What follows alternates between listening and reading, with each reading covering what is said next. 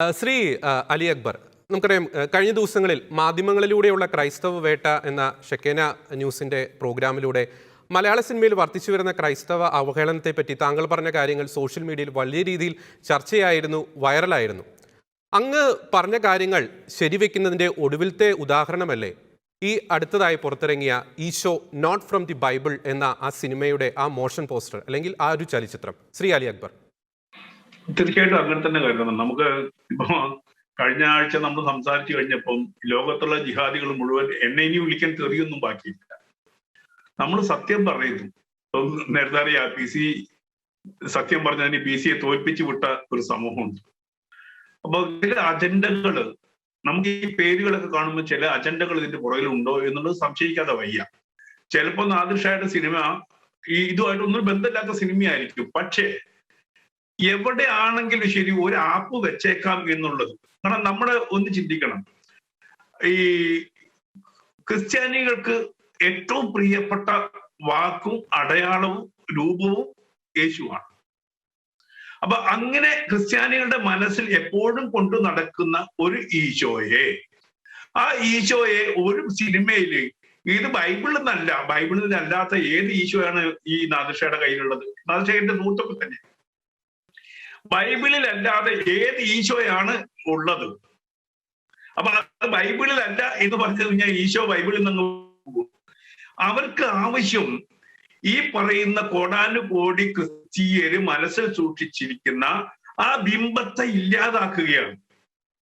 ഇപ്പൊ ഞാൻ കഴിഞ്ഞ പ്രാവശ്യം പറഞ്ഞു, നമ്മളൊരു കുമ്പസാരക്കൂട്ടിലേക്ക് ഒരു തേവിടിച്ചി അല്ലെങ്കിൽ അത്തരത്തിലൊരു ആള് വരുമ്പോഴത്തേക്കും ഓടി വരുന്ന പള്ളിയിലച്ചന്മാരെ കാണിക്കുമ്പോൾ അവിടെ തകരുന്നത്, ഞാൻ പറഞ്ഞ ഒരു കുമ്പസാരക്കൂട്ടിന്റെ പവിത്രതയാണ് അവിടെ തകർന്നു പോകുന്നത്. അങ്ങനെ ഓരോ ബിംബങ്ങളും ഓരോ ആശയങ്ങളും ഇവരിങ്ങനെ പൊളിച്ച് ഈ പറയുന്ന നമ്മൾ എത്രയോ കാലമായിട്ട് കൊണ്ട് നടക്കുന്ന ആ രൂപങ്ങളെ, ബിംബങ്ങളെ ഒക്കെ തകർക്കുക. അങ്ങനെ തകർക്കണം എന്ന് ആരാണ് ആഗ്രഹിക്കുന്നത്? എന്തായാലും ഹിന്ദുവിന് ആ ആഗ്രഹമില്ല. കാരണം ഹിന്ദുക്കള് ധാരാളം ഈശ്വര നാമങ്ങള് പൂജിക്കുന്ന ആൾക്കാരാണ്. പക്ഷെ മറ്റു ചിലർക്ക് ആവശ്യം ഈ ഹിന്ദു മതത്തെയും ഈ ക്രിസ്ത്യൻ മതത്തെയും ഇതേപോലെ ഇകഴ്ത്തി കാണിക്കുക എന്നുള്ള ഒരു ആശയം. അത് തന്നെയാണ് ഇവിടെ. ഇപ്പൊ ഇദ്ദേഹം പറയുമോ മുഹമ്മദ് നോട്ട് ഫ്രം ഖുറാൻ എന്ന് ഇദ്ദേഹം പറഞ്ഞിട്ട് സിനിമ എടുക്കും. അല്ലാഹ് നോട്ട് ഫ്രം ഖുറാൻ. നമുക്കൊക്കെ അറിയാം ഈ യേശു എന്നുള്ള നാമം ശരിക്ക് ബൈബിളിനോട് ചേർന്ന് നിൽക്കുന്നതാണ്. ബൈബിളിൽ അല്ലാത്ത ഒരു യേശു ഇല്ല. യേശുദാസൻ വരാം. യേശു എന്നുള്ള സാധാരണ പേര് ആർക്കിടാറില്ല. ഹിന്ദുക്കളുടെ മാതിരി കൃഷ്ണനോ രാമനോ ഒരു വ്യക്തിക്ക് പേരിടാറില്ല, ക്രിസ്ത്യാനികൾ ഇടാറില്ല. കാരണം അവർ അതിനങ്ങനെയാണ്. മുസ്ലിങ്ങളാണെങ്കിൽ ശരി, പ്രവാചകൻ മുഹമ്മദ് എന്ന് പറയുമ്പം പേരിടുമെങ്കിൽ ശരി, മുഹമ്മദിന്റെ അർത്ഥം വേറെ കേട്ടോ, വേറെ രീതിയിലാണ് കാണുന്നത്. മുഹമ്മദ് കൊള്ളരുതായ്മ ചെയ്യാൻ പാടില്ല എന്നുള്ളതാണ് അതിന്റെ വിശ്വാസ പ്രമാണം. ഇനി അല്ലാഹ് ആയിക്കോട്ടെ, ഞാൻ ചോദിക്കട്ടെ, നാദിർ ഷാ ഇപ്പൊ ഇതൊക്കെ ചെയ്ത് യേശു നോട്ട് ഫ്രം ദ ബൈബിൾ എന്ന് പറഞ്ഞു. എന്നാ ഈസാ നബി എന്നാ വിളിക്കുക സാധാരണ മുസ്ലിം. എന്നാ പിന്നെ Isa not from the Quran എന്നിട്ടാ പറയുന്നത് പേര്.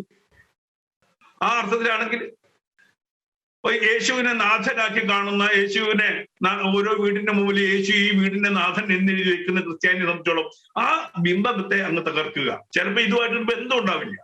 പക്ഷെ കിട്ടുന്ന അവസരം നാമത്തിലാണ് ശരി, എന്തിനാണ് ശരി, അതങ്ങ് തകർത്ത് കളയുക. ഇത് കുറെ കാലമായി തുടങ്ങി. ഞാൻ നേരത്തെ പറഞ്ഞല്ലോ, വാറ്റുകാരനുണ്ടോ? അത് ക്രിസ്ത്യാനിയായിരിക്കും, അത് സണ്ണിച്ചായനായിരിക്കും വാറ്റുകാരനുണ്ടെങ്കിൽ. കള്ളക്കടത്തുണ്ടോ? അത് ബിസി പറയുന്നത് വെറുതെ അല്ല, അത് അങ്ങനെ ആക്കി വെച്ചിട്ടുണ്ട് അതേ സമയത്ത് ഞാൻ ആദ്യം സിനിമ ചെയ്തപ്പോ അതിലൊരു മുസ്ലിം കഥാപാത്രമായി കൊള്ളക്കാരൻ, എന്റെ മുഖമുദ്ര എന്ന് പറഞ്ഞ സിനിമയിൽ. അന്ന് ഈ ബാംഗ്ലൂർ ജയിലിൽ കിടക്കുന്ന ആള് എന്നെ കൊല്ലണം എന്ന് പറഞ്ഞതാ. ഇത് ഒരു മുസ്ലിം ഈ പറയുന്ന ഖുർആനായിട്ടോ മുഹമ്മദ് എന്നുള്ള പേരൊന്നുമല്ല, എന്തോ ഒരു പേര്, ഒരു മുസ്ലിം കഥാപാത്രം. എന്നിട്ട് വെല്ലുവിളിച്ച ആൾക്കാരാണ്. അപ്പൊ അങ്ങനെ ഉള്ള ആളുകളാണ് ഇപ്പോ എന്തിനാണ് ഇപ്പൊ എനിക്ക് എന്റെ മതം എന്റെ മതത്തിന് ഇപ്പൊ ഈ മുസ്ലിങ്ങള് ഒരു കൈവെട്ടി എന്തിനായിരുന്നു? മുഹമ്മദ് എന്നിട്ട് നാമം എഴുതിയിട്ടുള്ളൂ. പ്രവാചകനാണെന്നോ ഈ ഖുറാനിലുള്ള മുഹമ്മദ് ആണെന്നോ ഒന്നുമില്ല. ഒരു കഥയിലെ ഒരു അംശം എടുത്ത് ഒരു ലേഖനം എഴുതി, അല്ല ഒരു ക്വസ്റ്റ്യൻ ഉണ്ടാക്കി. അതിനുവേണ്ടിയാണ് ഒരു കൈ വെട്ടിയത്. അത് ആലോചിച്ച് നോക്കണം.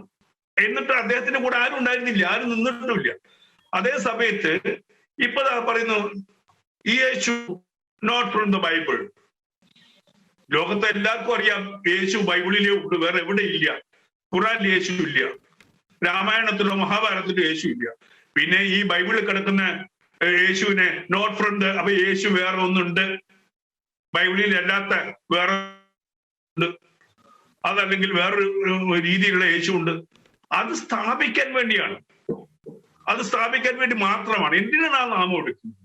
അപ്പൊ എനിക്ക് എന്റെ മതമുണ്ട്, ഞാൻ എന്റെ മതം കാത്തു സൂക്ഷിക്കേണ്ടത്, എന്റെ വിശ്വാസ പ്രമാണങ്ങൾ കാത്തു സൂക്ഷിക്കേണ്ടത് എന്റെ അവകാശമാണ്.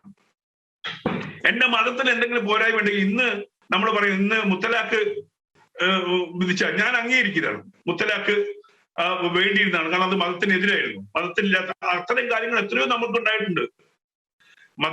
മതത്തിന്റെ അകത്തുള്ള പോരായ്മകൾ എന്തെങ്കിലും ചോദ്യം ചെയ്തിട്ട്, പക്ഷെ മതബിംബങ്ങളെ അല്ലെങ്കിൽ മതത്തിന്റെ അന്തസത്തയെ ആരും ചോദ്യം ചെയ്തിട്ടില്ല. യേശു ക്രിസ്തുവിനെ ആരും ചോദ്യം ചെയ്തിട്ടില്ല. അദ്ദേഹത്തിന് എപ്പോഴും സ്നേഹത്തിന്റെ ഒരു ഭാവമാണ് കൊടുത്തിട്ടുള്ളത്.